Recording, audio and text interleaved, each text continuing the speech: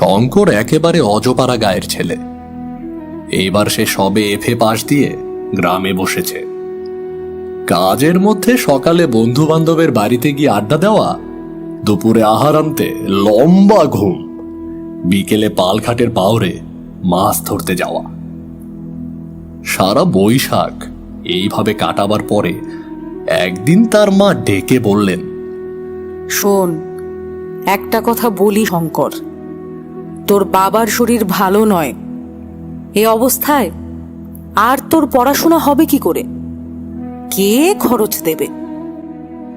এইবার একটা কিছু কাজের চেষ্টা দেখ। মায়ের কথাটা শঙ্করকে ভাবিয়ে তুলল। সত্যি তার বাবার শরীর আজ কমাস থেকে খুব খারাপ যাচ্ছে। কলকাতার খরচ দেওয়া তার পক্ষে অসম্ভব হয়ে উঠেছে। অথচ করবেই বা কি শঙ্কর? এখন কি তাকে কেউ চাকরি দেবে? চেনেই বা সে কাকে?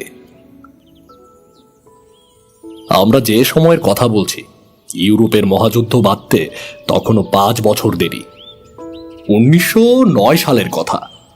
তখন চাকরির বাজার এতটা খারাপ ছিল না। শঙ্করদের গ্রামের এক ভদ্রলোক শ্যামনগরে বা নৌহাটিতে পাটের কলে চাকরি করতেন। শঙ্করের মা তার স্ত্রীকে ছেলের চাকরির কথা বলে এলেন, যাতে তিনি স্বামীকে বলে শঙ্করের জন্য পাটের কলে একটা কাজ জোগাড় করে দিতে পারেন। ভদ্রলোক পরের দিন বাড়ি বয়ে বলতে এলেন যে শঙ্করের চাকুরির জন্য তিনি চেষ্টা করবেন। শঙ্কর সাধারণ ধরনের ছেলে নয়। স্কুলে পড়বার সময় সে বারবার খেলাধুলাতে প্রথম হয়ে এসেছে। সেবার মহাকুমায় এক্সিবিশনের সময় হাই জাম্পে সে প্রথম স্থান অধিকার করে মেডেল পায়। ফুটবলে অমন সেন্ট্রাল ফরওয়ার্ড এই অঞ্চলে তখন কেউ ছিল না। সাঁতার দিতে তার জুড়ি খুঁজে মেলা ভার। গাছে উঠতে, ঘোড়ায় চড়তে, বক্সিংয়ে সে অত্যন্ত নিপুণ। কলকাতায় পড়বার সময় ওয়াইএমসিএতে রীতিমতো বক্সিং অভ্যাস করেছে।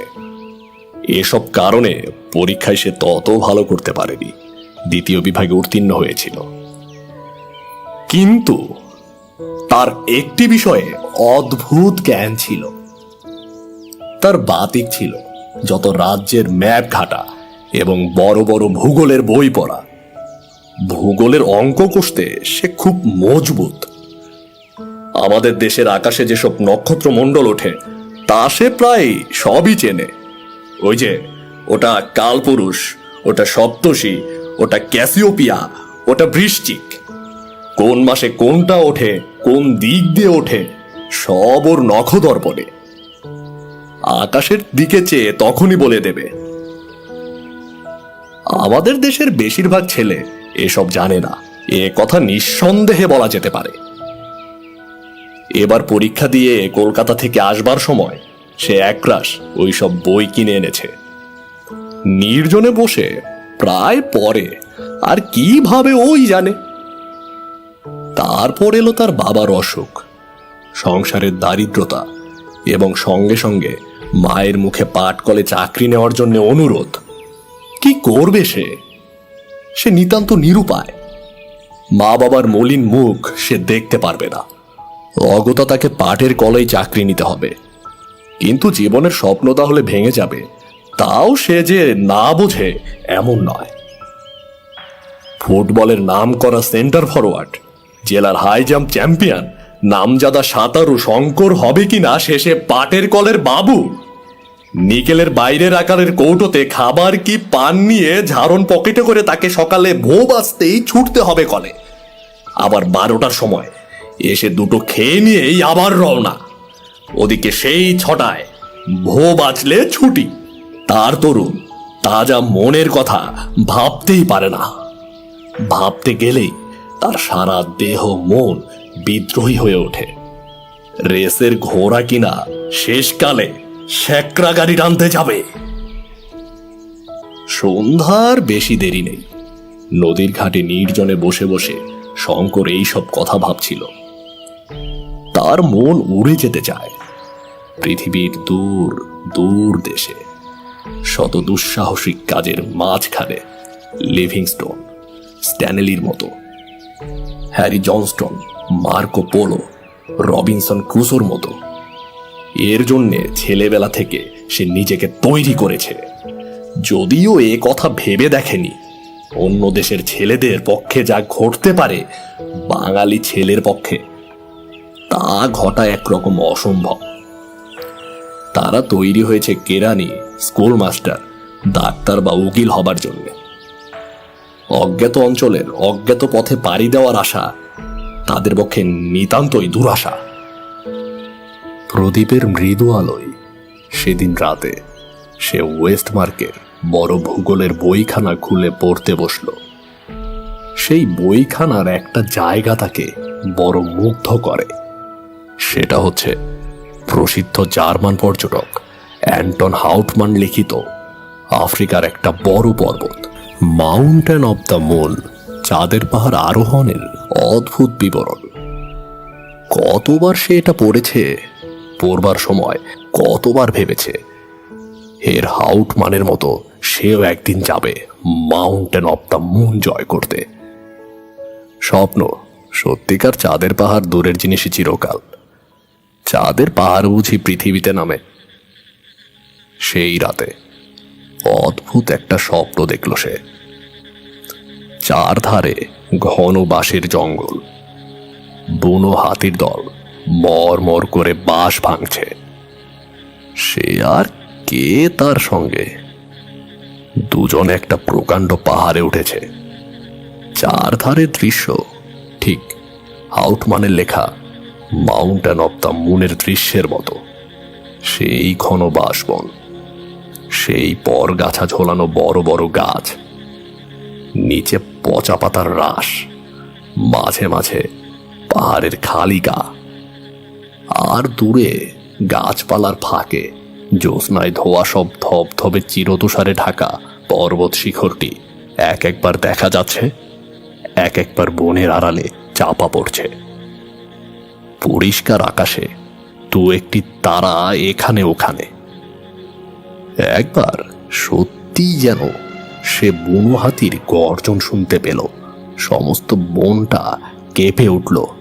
এত বাস্তব বলে মনে হলো সেটা, যেন সেই ডাকেই তার ঘুম ভেঙে গেল। বিছানার উপরে উঠে বসল। ভোর হয়ে গিয়েছে। জানালার ফাঁক দিয়ে দিনের আলো ঘরের মধ্যে এসেছে। উফ, কি স্বপ্নটাই দেখেছে সে। ভোরের স্বপ্ন নাকি সত্যি হয় তা লোকে বলে। অনেক দিন আগের একটি ভাঙা পুরনো মন্দির আছে তাদের গায়ে। 12 ভূঁইয়ার এক ভূঁইয়ার জামাই মদন রায় নাকি প্রাচীন দিনে এই মন্দির তৈরি করেন। এখন মদন রায়ের বংশে কেউ নেই। মন্দির ভেঙে চুরে গিয়েছে। অশ্বত্থ গাছ, বট গাছ গজিয়েছে কার্নিশে। কিন্তু যেখানে ঠাকুরের বেদি আর তার উপরের খিলেনটা এখনো ঠিক আছে। কোনো মূর্তি নেই, তবুও শনি মঙ্গলবারে পুজো হয়। মেয়েরা বেদিতে সিঁদুর চন্দন মাখিয়ে রেখে যায়। সবাই বলে ঠাকুর বড় জাগ্রত, যে যা মানত করে তাই হয়। শঙ্কর সেদিন স্নান করে উঠে মন্দিরে একটা বটের ঝুড়ির গায়ে একটা ঢিল ঝুলিয়ে কি যেন একটা প্রার্থনা জানিয়ে এলো। বিকেলে সে গিয়ে অনেকক্ষণ মন্দিরের সামনে দুর্বা ঘাসের বনে বসে রইল।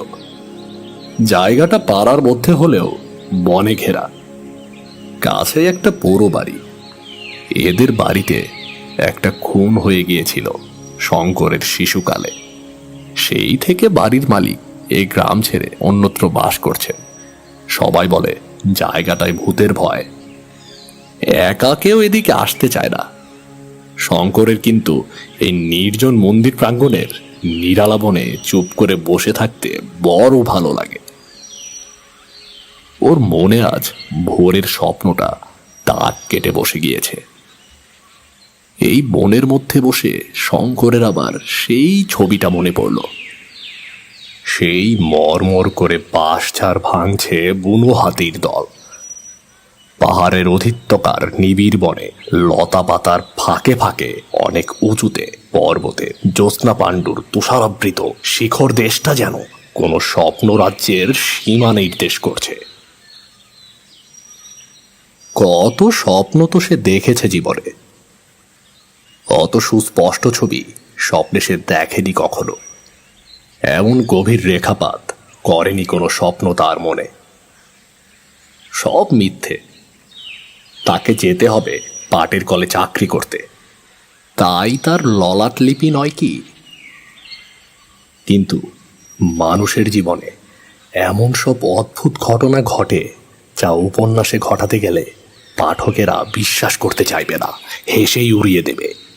শঙ্করের জীবনেও এমন একটি ঘটনা সম্পূর্ণ অপ্রত্যাশিতভাবে ঘটে গেল। সকালবেলা সে একটু নদীর ধারে বেরিয়ে এসে সবে বাড়িতে পা দিয়েছে, এমন সময় ওপাড়ার রামেশ্বর মুখার্জির স্ত্রী এক টুকরো কাগজ নিয়ে এসে তার হাতে দিয়ে বললেন, বাবা শঙ্কর, আমার জামাইয়ের খোঁজ পাওয়া গেছে অনেক দিন পরে। ভদ্রেশ্বরের ওদের বাড়িতে চিঠি দিয়েছে। কাল পিন্টু সেখান থেকে এসেছে, এই তার ঠিকানা। তারা লিখে দিয়েছে, পড়ো তো বাবা। শঙ্কর বলল, ওফ, প্রায় 2 বছরের পর খোঁজ মিলল। বাড়ি থেকে পালিয়ে গিয়ে কি ভয়টাই না দেখালেন। এর আগেও তো একবার পালিয়ে গিয়েছিলেন, তাই না?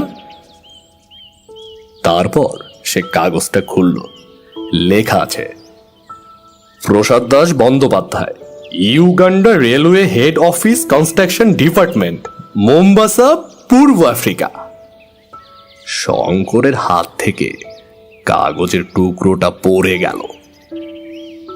পূর্ব আফ্রিকা? পালিয়ে মানুষ এত দূর যায়?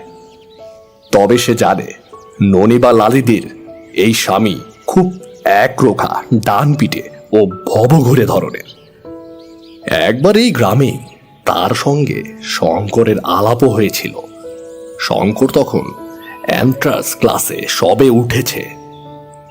লোকটা খুব উদার প্রকৃতি, লেখাপড়া ভালোই যাবে, তবে কোনো একটা চাকরিতে বেশি দিন টিকে থাকতে পারে না, উড়ে বেড়ানো স্বভাব। একবার পালিয়ে বর্মা না কোচিন কোথায় যেন গিয়েছিল। এবারও বরদাদার সঙ্গে কি নিয়ে মনোমালিন্য হওয়ার দরুন বাড়ি থেকে পালিয়েছিল। এ খবর শঙ্কর আগেই শুনেছিল। সেই প্রসাদ বাবু পালিয়ে গিয়ে ঠেলে উঠেছে একেবারে পূর্ব আফ্রিকায়। রামেশ্বর মুখার্জির গিন্নি ভালো বুঝতে পারলেন না তার জামাই কত দূরে গিয়েছে। অতটা দূরত্বের তার কোনো ধারণাই ছিল না। তিনি চলে গেলে শঙ্কর ঠিকানাটা নিজের নোট বইয়ে লিখে রাখল এবং সেই সপ্তাহের মধ্যেই প্রসাদবাবুকে একখানা চিঠি দিল। শঙ্করকে তার মনে আছে কি, তার শ্বশুরবাড়ির গায়ের ছেলে সে, এবার FA পাশ দিয়ে বাড়িতে বসে আছে। তিনি কি একটা চাকরি করে দিতে পারেন তাদের রেলের মধ্যে? যত দূরে হয় সে যাবে।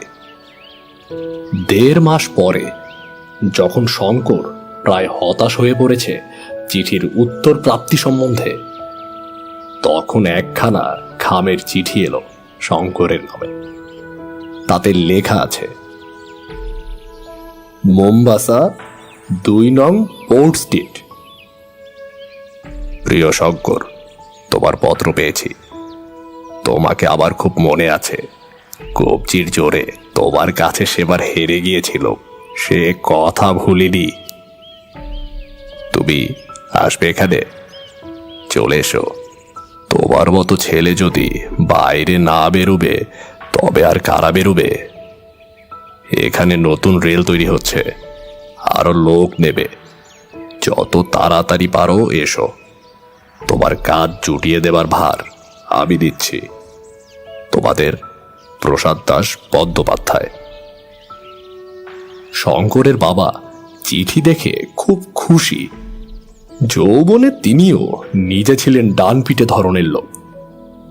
ছেলে পাটের কলে চাকরি করতে যাবে তার এতে মত ছিল না। শুধু সংসারের অভাব অনটনের দরুন শঙ্করের মায়ের মতেই সায় দিতে বাধ্য হয়েছিলেন। এর মাসখানেক পরে শঙ্করের নামে একটা টেলিগ্রাম এলো ভদ্রেশ্বর থেকে। সেই জামাইটি দেশে এসেছেন সম্প্রতি। শঙ্কর যেন গিয়ে তার সঙ্গে দেখা করে, টেলিগ্রাম পেয়েই। তিনি আবার মোম্বাসায় ফিরবেন দিন কুড়ির মধ্যেই। শঙ্করকে তাহলে সঙ্গে করে নিয়ে যেতে পারবেন।